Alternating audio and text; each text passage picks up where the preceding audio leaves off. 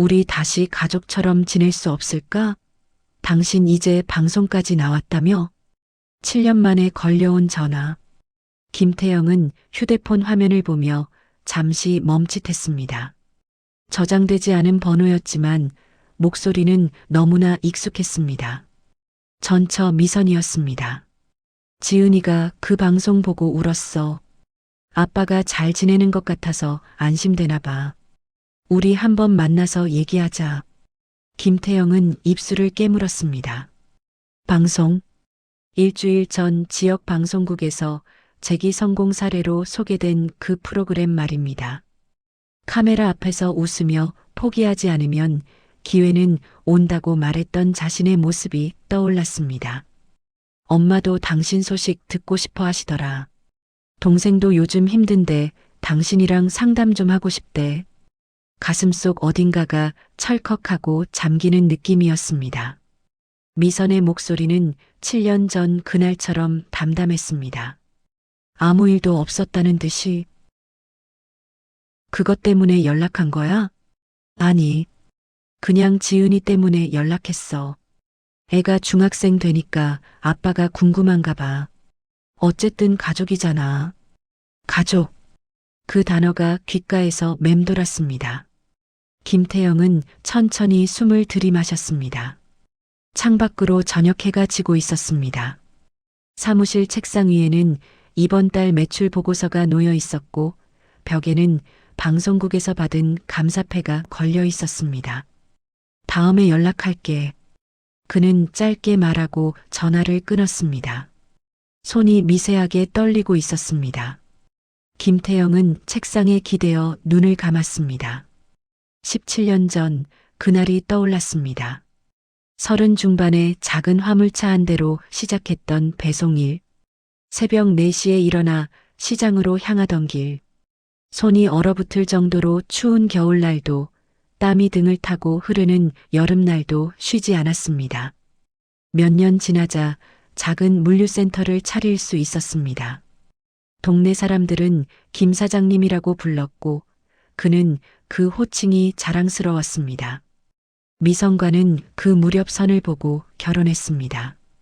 직장 다니던 그녀는 조용하고 차분해 보였습니다. 장모는 무릎이 안 좋았고 처남은 사업을 준비 중이었습니다. 김태영은 기꺼이 도왔습니다. 장모의 무릎 수술비, 처남의 사업 자금, 처제의 결혼 비용. 명절 때마다 처가 식구들은 우리 사위 덕에 산다. 우리 집 영웅이다라고 말했습니다. 그는 그 말을 믿었습니다. 가족이니까. 서로 의지하며 사는 게 가족이니까. 딸 지은이가 태어났을 때 김태영은 더 열심히 일했습니다. 거래처를 늘렸고 직원도 여럿 뽑았습니다. 집도 조금 더 넓은 곳으로 옮겼습니다. 하지만 어느 날부터 상황이 달라졌습니다. 주요 거래처 3곳이 연쇄부도를 냈습니다. 대금을 받지 못한 채 밀린 물품값만 수천만 원. 설상가상으로 회계 담당 직원이 회사 돈을 빼돌렸다는 사실까지 드러났습니다. 세무조사가 시작되었고 은행 대출 상환 독촉이 이어졌습니다. 김태영은 집까지 건드리지 않으려고 악착같이 버텼습니다. 아내와 딸만큼은 지키고 싶었습니다. 사무실 월세를 밀리고 차를 팔고 직원들에게 월급을 주지 못해 고개를 숙였습니다. 그러던 어느 날 저녁 퇴근 후 집에 들어서자 거실은 텅 비어 있었습니다. 식탁 위에는 밥 대신 서류 봉투가 놓여 있었습니다. 이혼 동의서였습니다. 더 이상 이렇게는 못 살겠어. 지은이는 내가 데려갈 테니 제발 연락하지 마. 쪽지 한 장이 전부였습니다. 김태영은 전화를 걸었습니다. 받지 않았습니다. 장모에게 문자를 보냈습니다. 답은 짧았습니다. 김서방이랑 더 이상 못 살겠다고 하네. 이쯤에서 헤어져. 그날 밤 김태영은 빈집에서 처음으로 소리내어 울었습니다. 옷장에는 세탁하지 못한 셔츠들이 걸려 있었고 벽에는 가족사진 한 장만 남아 있었습니다.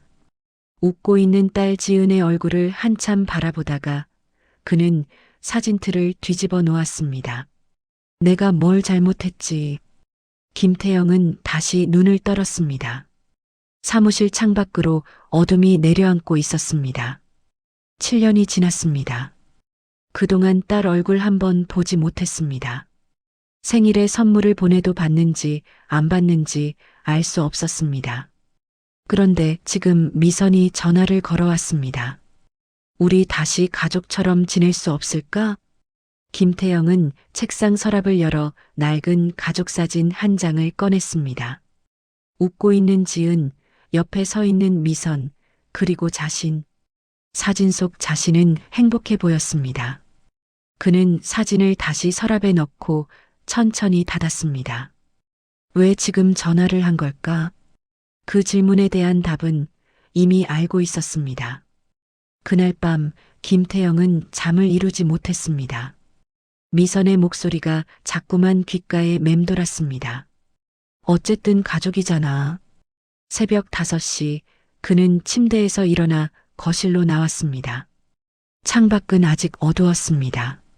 책장 구석에서 낡은 상자 하나를 꺼냈습니다.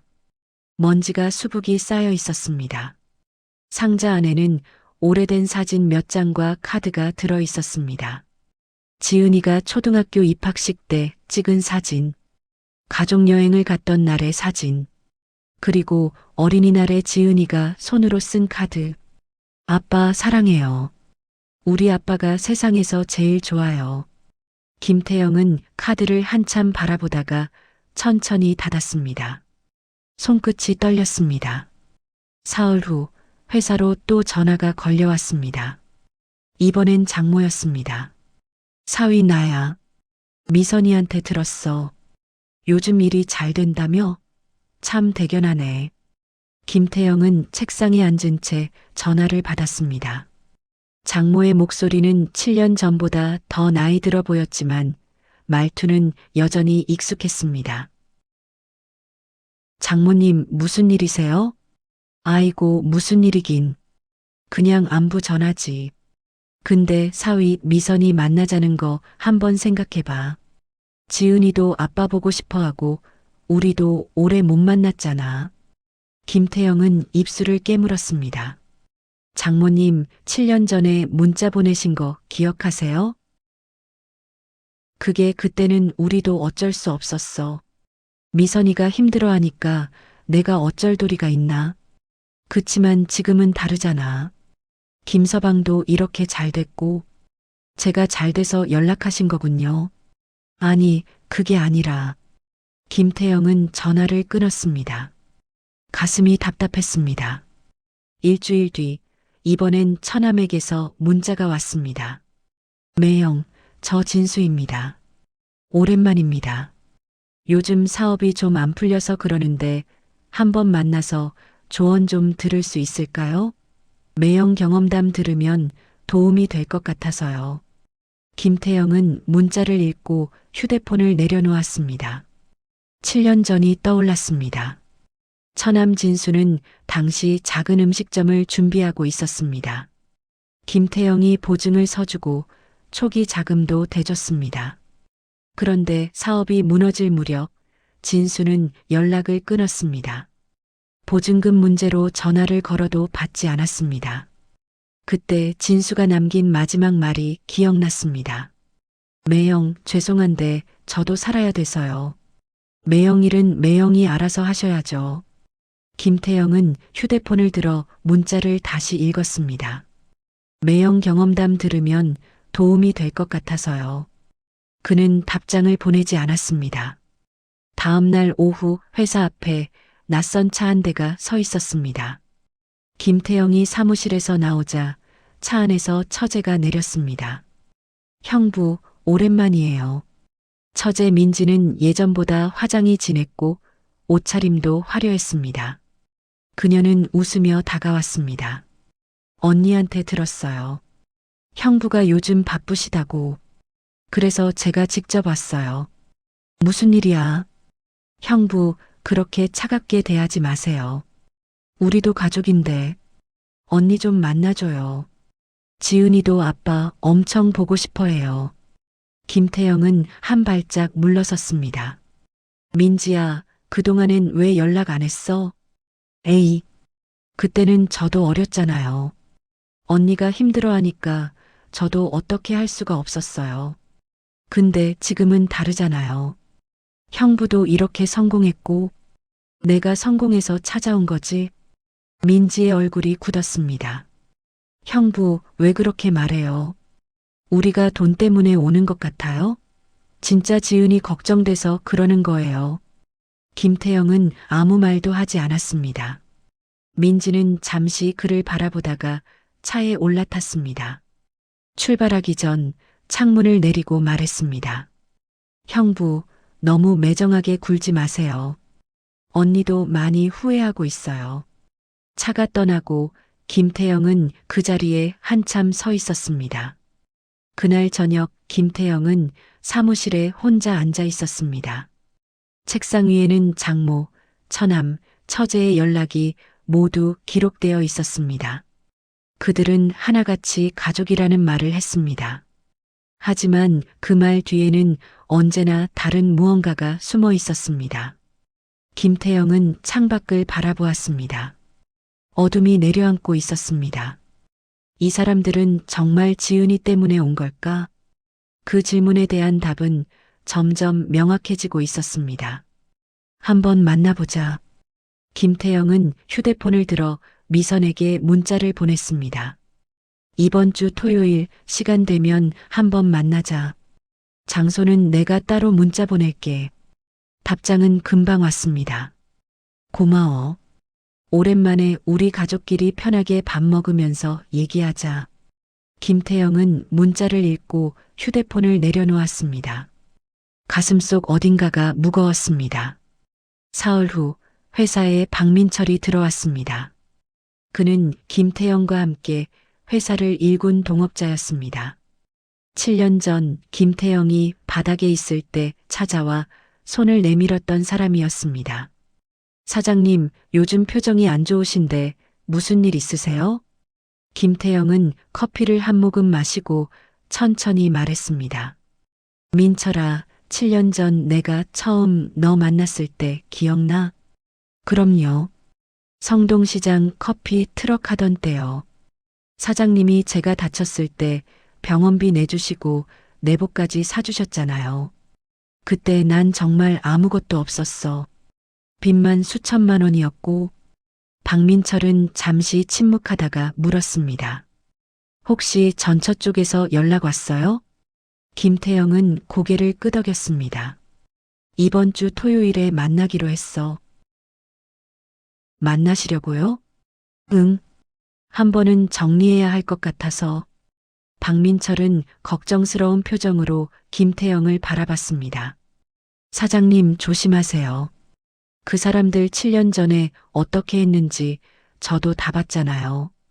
김태영은 창밖을 바라보며 말했습니다. 알아. 그래서 이번엔 내가 판을 주도할 거야. 토요일 오후 김태영은 시내 고급 한정식 집을 예약했습니다. 예전 같으면 엄두도 못 낼 곳이었습니다. 오후 6시 그는 약속 장소에 먼저 도착해 자리에 앉았습니다. 창밖으로 석양이 지고 있었습니다. 잠시 후 입구에서 사람들이 들어왔습니다. 미선, 장모, 그리고 처제 민지였습니다. 장모는 주변을 둘러보며 말했습니다. 와, 여기 분위기 좋네. 사위가 이런 데도 오고 그래? 민지는 메뉴판을 펼치며 말했습니다. 언니, 나 여기 처음 와봐. 형부 완전 성공하셨네. 미선은 김태영을 보며 조용히 말했습니다. 오랜만이야. 잘 지냈어? 김태영은 물을 한 모금 마시고 대답했습니다. 그럭저럭. 음식이 나오고 한동안 조용히 식사가 이어졌습니다. 장모가 먼저 말을 꺼냈습니다. 김서방, 그동안 참 고생 많았지? 우리도 소식 듣고 놀랐어. 이렇게 다시 일어설 줄은 몰랐거든. 김태영은 숟가락을 내려놓았습니다. 7년 걸렸습니다. 응? 다시 일어서는데 7년 걸렸어요. 그동안 지은이 얼굴 한 번 못 봤습니다. 분위기가 순간 무거워졌습니다. 미선이 말했습니다. 그건 그때 내가 너무 성급했어. 당신이 그렇게까지 힘들 줄 몰랐고, 지은이 생각하면 당장 떠나야 할 것 같았어. 지은이 생각해서요? 김태영의 목소리가 낮아졌습니다. 그럼 지난 7년 동안은 그때도 지은이 생각한 거야?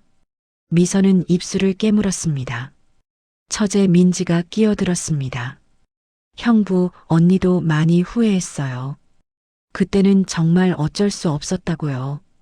지금이라도 다시 시작하면 되잖아요. 다시 시작이요? 김태영은 민지를 바라봤습니다. 처제는 7년 동안 제게 한 번이라도 연락했나요? 민지는 대답하지 못했습니다. 김태영은 장모를 향해 물었습니다. 장모님, 제가 무너졌을 때 장모님은 뭐라고 하셨죠? 장모는 시선을 피했습니다. 그게 그때는 우리도 어려웠어. 미선이가 힘들어하니까 뭐라고 할 수가 없었지. 그런데 지금은 편하게 살아보자고 오신 거죠? 김태영의 목소리는 담담했지만 그 안에는 단단한 무언가가 있었습니다. 장모가 표정을 굳히며 말했습니다. 김서방, 우리가 잘못한 건 맞아.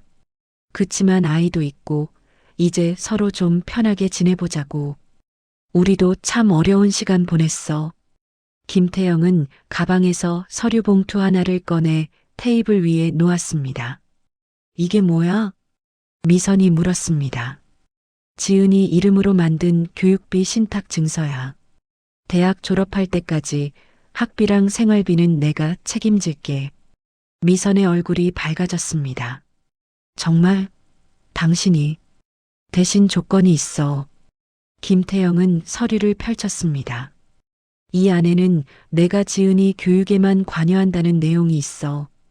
그리고 당신 가족들이 지은이와 내 인생에 다시는 관여하지 않는다는 조건도 포함되어 있고, 장모가 얼굴을 붉히며 말했습니다. 그게 무슨 소리야? 우리가 아이 볼 자격도 없다는 거야? 김태영은 장모를 똑바로 바라봤습니다. 자격은 누군가를 지켜줄 때 생기는 겁니다. 장모님, 제가 무너질 때 저를 지켜주셨나요? 장모는 입을 다물었습니다. 김태영은 자리에서 일어났습니다. 식사비는 제가 계산하겠습니다. 앞으로 회사나 집에 연락하지 마세요. 지은이가 원하면 제가 직접 연락하겠습니다. 그는 식당을 나섰습니다.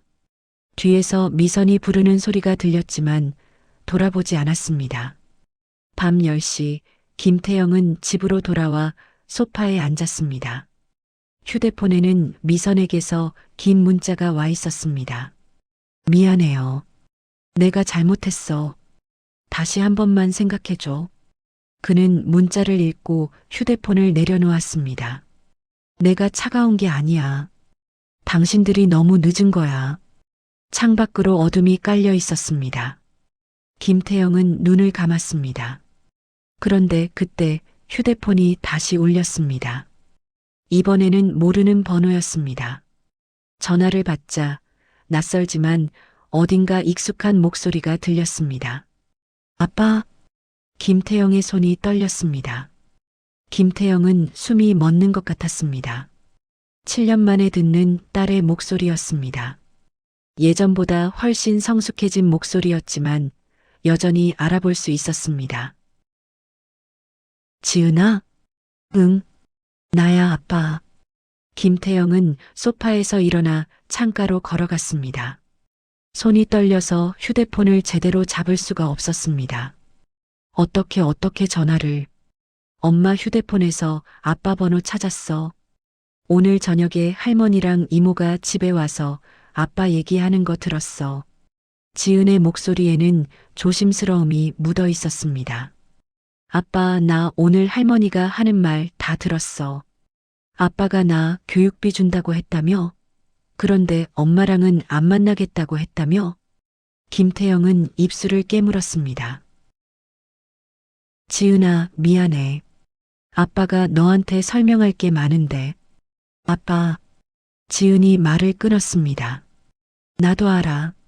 7년 전에 무슨 일 있었는지. 엄마가 아빠 떠났을 때 나도 다 기억해. 그때 나 초등학교 3학년이었어. 김태영은 가슴이 무너지는 것 같았습니다. 지은아, 아빠, 나 그때 아빠한테 미안했어. 엄마가 나 데리고 가겠다고 해서 따라갔는데 아빠는 혼자 남았잖아. 외할머니가 나한테 아빠는 이제 우리랑 상관없는 사람이라고 했을 때 나 울었어. 김태영은 눈물이 차올랐습니다. 지은아, 아빠가 정말 미안해. 그때 너를 지키지 못해서. 아빠, 지은의 목소리가 떨렸습니다. 아빠, 보고 싶어. 일주일 뒤에 나 학교 끝나고 시간 돼? 나 용돈 모은 걸로 아빠 선물 사주고 싶어. 김태영은 더 이상 참을 수 없었습니다. 눈물이 흘러내렸습니다. 그래, 보자. 아빠가 시간 낼게. 응. 그럼 토요일 오후 2시에 시청 앞 국밥집에서 보자. 거기 아빠 좋아하던데 맞지? 김태영은 고개를 끄덕였습니다. 목이 메어 말이 나오지 않았습니다. 아빠 사랑해. 토요일 날 봐. 전화가 끊겼습니다. 김태영은 그 자리에 주저앉았습니다. 7년 동안 참았던 감정이 한꺼번에 터져 나왔습니다. 다음 날 아침 김태영은 회사에 일찍 출근했습니다. 박민철이 커피를 들고 들어왔습니다.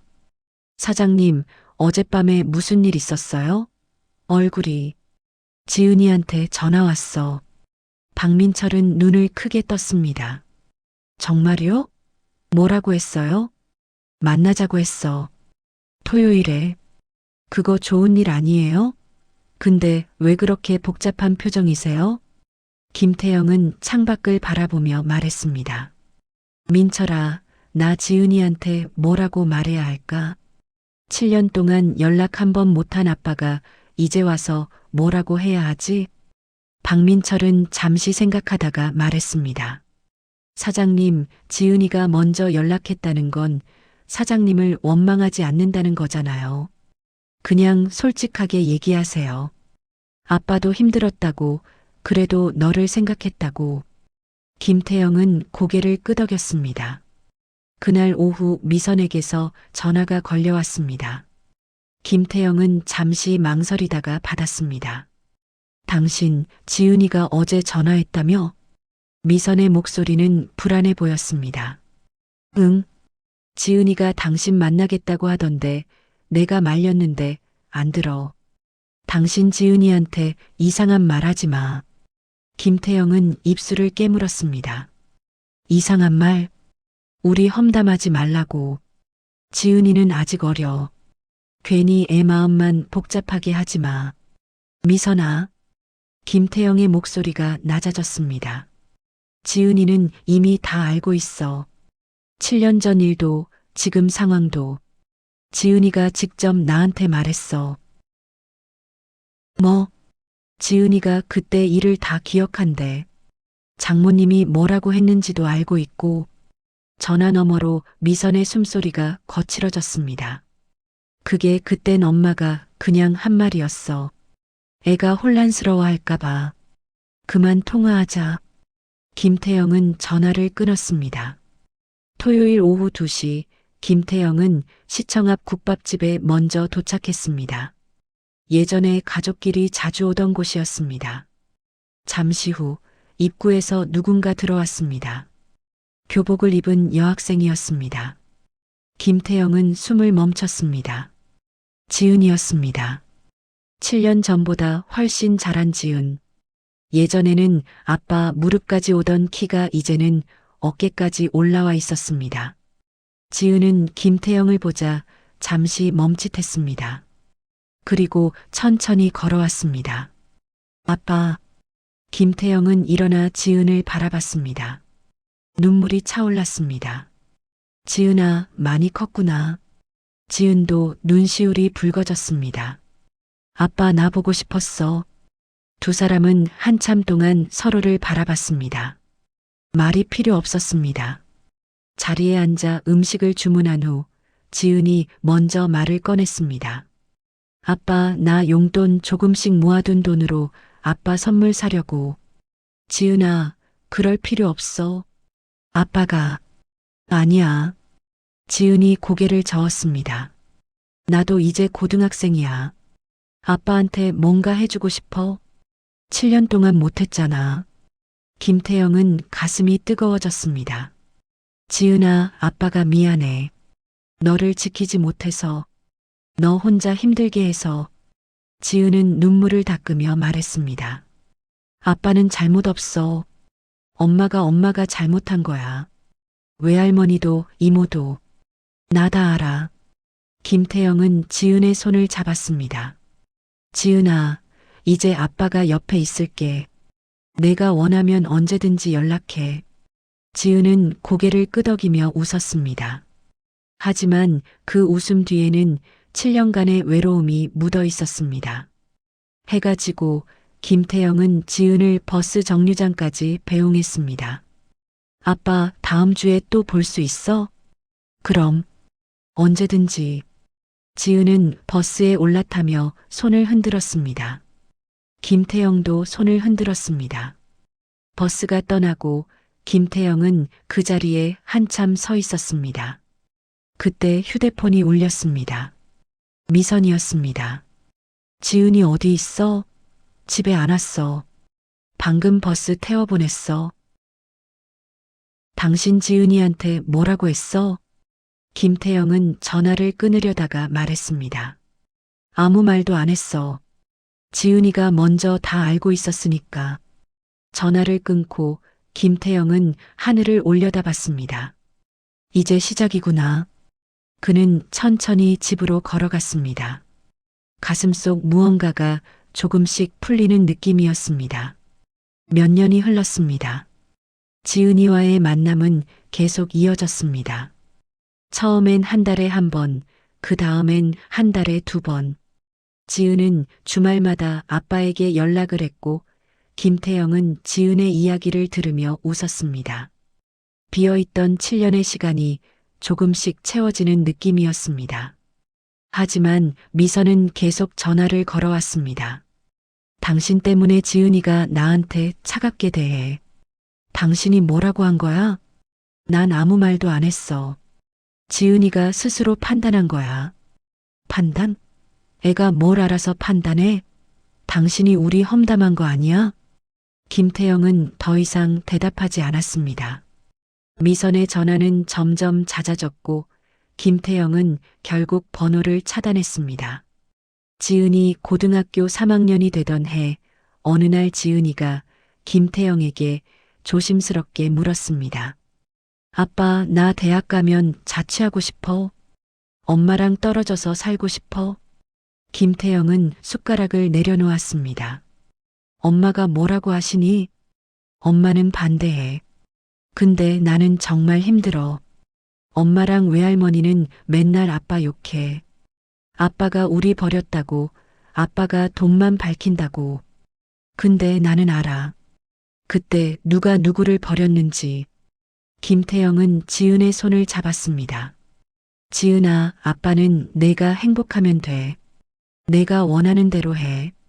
아빠가 도와줄게. 지은은 눈물을 글썽이며 고개를 끄덕였습니다. 그로부터 한 달 뒤 미선이 변호사를 통해 연락을 해왔습니다. 양육비를 더 달라는 내용이었습니다. 김태영은 변호사와 상담을 했고 법적으로 문제없이 교육비 신탁을 유지하기로 했습니다. 미선이 직접 돈을 받는 게 아니라 지은이 명의 계좌로 입금되는 방식이었습니다. 미선은 분노했습니다. 당신 이게 뭐 하는 짓이야? 나한테 돈 한 푼 안 주고 애한테만 준다고? 지은이 교육비는 내가 책임져. 그 외의 일은 더 이상 관여하지 않을 거야. 당신 이러다가 지은이 빼앗길 줄 알아. 김태영은 전화를 끊었습니다. 그해 겨울, 지은이 대학에 합격했습니다. 김태영은 지은이와 함께 작은 식당에서 축하 식사를 했습니다. 아빠, 나 대학교 근처에서 자취할 거야. 이제 20살이니까 혼자 살 수 있어. 그래. 아빠가 방 알아볼게. 학교 근처로. 아빠 고마워. 진짜 고마워. 지은은 눈물을 흘리며 김태영을 껴안았습니다. 김태영도 지은을 꽉 안았습니다. 지은아, 아빠가 미안해. 내가 힘들 때 옆에 없어서. 아빠는 잘못 없어. 아빠는 항상 나 생각했잖아. 나 알아. 두 사람은 한참 동안 그렇게 서 있었습니다. 그날 밤 김태영은 집으로 돌아와 오래된 가족 사진을 다시 꺼냈습니다. 사진 속 지은은 아직 어렸고 미선은 웃고 있었습니다. 그는 사진을 한참 바라보다가 천천히 서랍에 넣었습니다. 이제는 더 이상 그 사진에 미련이 없었습니다. 창밖으로 밤하늘에 별이 보였습니다. 김태영은 창가에 서서 하늘을 올려다봤습니다. 박민철이 예전에 했던 말이 떠올랐습니다. 사장님, 진짜 가족은 잘 나갈 때 옆에 있던 사람이 아니라 바닥에서 끝까지 남아준 사람이에요. 김태영은 고개를 끄덕였습니다. 그때 모든 것이 무너졌을 때 곁에 남아준 사람은 박민철이었습니다.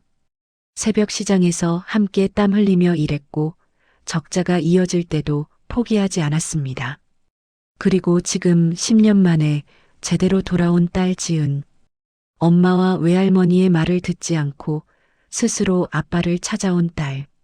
진짜 가족은 가장 어두운 시간에도 옆에 남아준 사람이구나. 김태영은 창문을 닫고 침대에 누웠습니다. 마음이 편안했습니다.